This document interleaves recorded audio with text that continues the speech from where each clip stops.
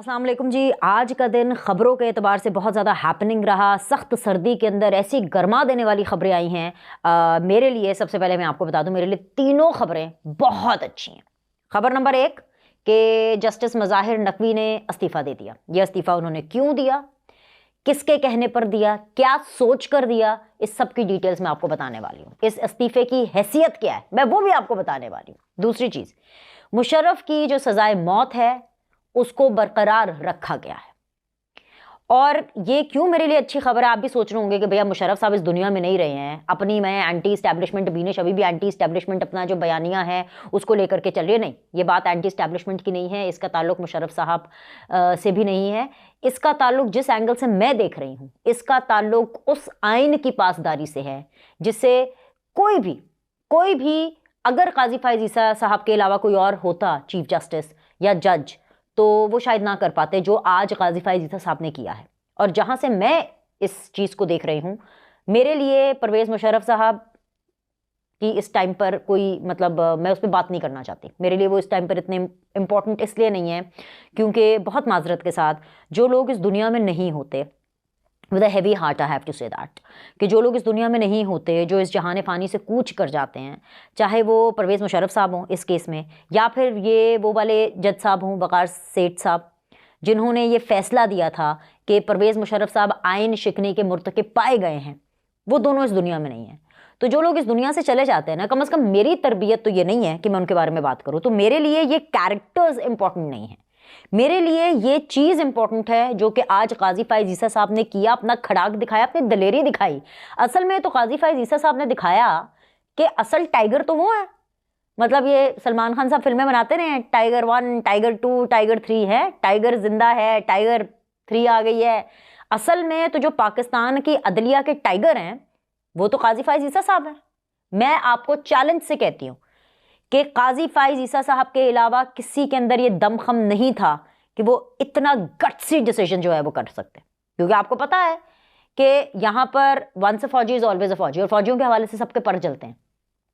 यहाँ case different है। It is not about Musharraf साहब, इट इज नॉट अबाउट वकार सेठ साहब, it is about the constitution और किस तरह से आइन को पामाल किया गया।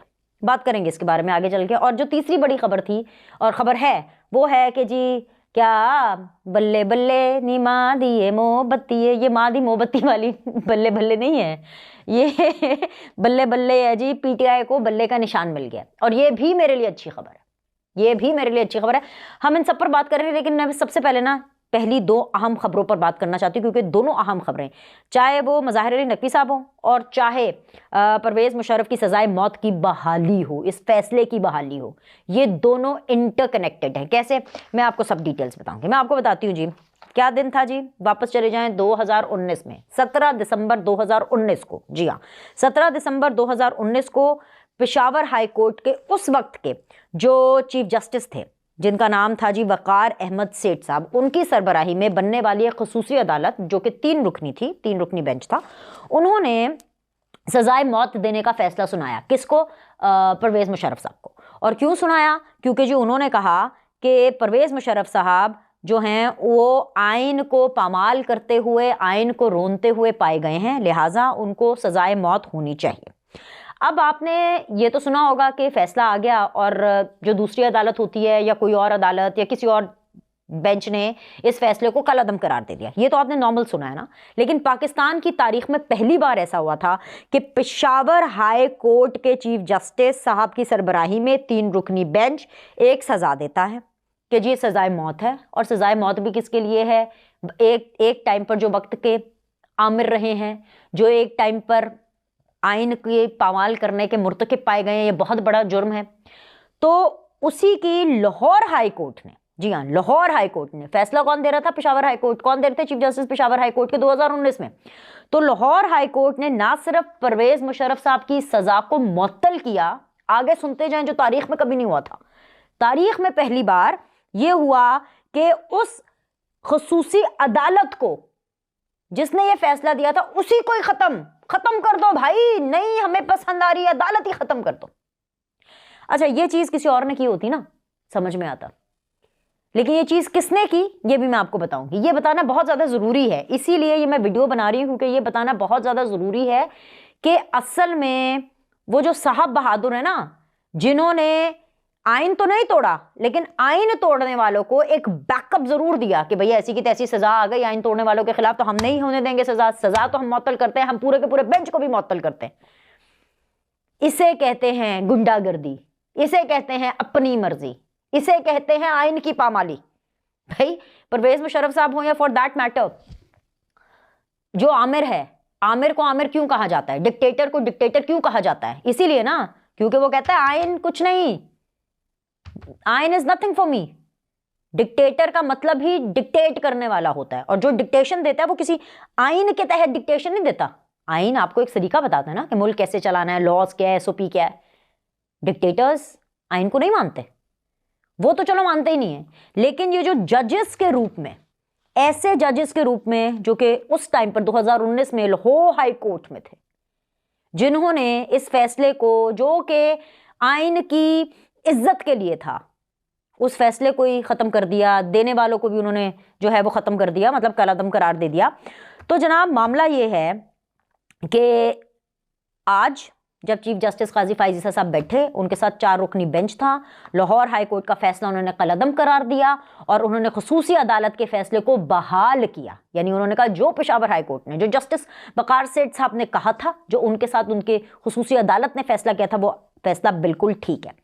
अब मुद्दा यह है कि क्योंकि परवेज मुशर्रफ साहब तो इन्ना लिल्लाहि व इन्ना इलैहि राजिऊन हो चुके हैं, वकार सेठ साहब भी इन्ना लिल्लाहि व इन्ना इलैहि राजिऊन हो चुके हैं, लेकिन एक लाइन खींची है काजी फाइज ईसा साहब ने, the honourable chief justice of Pakistan ने, द ऑनरेबल बेंच ने, कि भाई आज के बाद, आज 10 जनवरी 2024 जिसने भी आइन तोड़ा, आइन के साथ खिलवाड़ करने की कोशिश की, उसकी सजा मौत है, पीरियड, बात खत्म, कोई दूसरी बात नहीं, कोई दूसरी बात नहीं।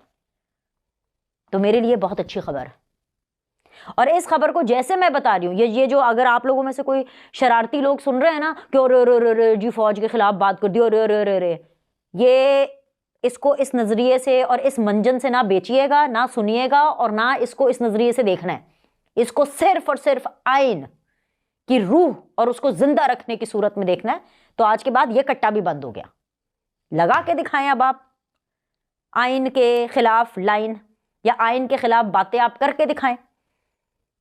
करेंगे, आइन की पामाली होगी, आइन को रौंदा जाएगा, तो भाई आपको लटकाया भी जाएगा, टांगा जाएगा आपको, ऐसी की तैसी। ये ऐसी की तैसी आज काजी फाइज ईसा साहब ने की, नंबर 1। नंबर 2 आ जाए इसी के साथ ही तसलसल में, ये एक सिंबॉलिक डिसीजन है जो कि सुनहरे हरूफ में लिखा जाएगा हिस्ट्री में। अब मामला ये है कि इस केस से जुड़ी एक बहुत अहम कड़ी वो जस्टिस मज़ाहिर नकवी हैं। जी हाँ, ये वही जस्टिस मज़ाहिर नकवी हैं कि परवेज़ मुशर्रफ की सजाए मौत का फैसला और वो खसूसी अदालत जो लाहौर हाई कोर्ट के जिस जज ने कलअदम की थी, वो जज कौन है, बूझो तो जाने उसका नाम क्या, मैं आपको नाम बता रही हूँ उनका, क्योंकि हम ये चीज़ें भूल जाते हैं, ये याद कराना ज़रूरी है। उनका नाम है जस्टिस मज़ाहिर नकवी। 2019 में जब उन्होंने ये किया, ये जस्टिस मज़ाहिर अली नकवी थे, और फिर उनको सुप्रीम कोर्ट में एक आला ओहदे पर फाइज किया गया, सुप्रीम कोर्ट में जज बन जाते हैं। फिर जब वो सुप्रीम कोर्ट में जज बनते हैं तो भाई उनके ऊपर नून लीग करप्शन के इल्जामात लगाती है।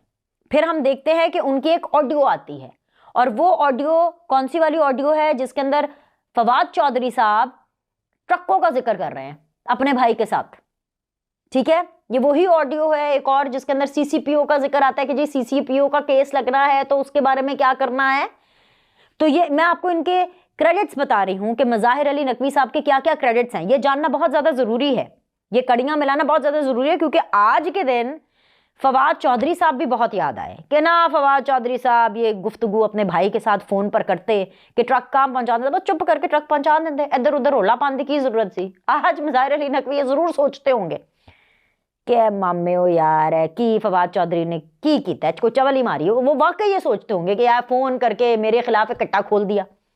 आज परवेज़ इलाही साहब भी बहुत याद आते होंगे कि जो अपनी मर्जी के हिसाब से चीज़ें कर रहे होंगे, करना चाहते थे उस टाइम पर।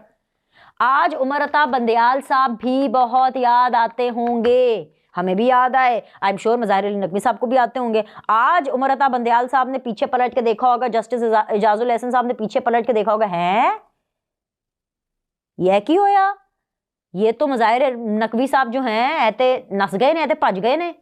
पीछे देखा वो तो है ही नहीं।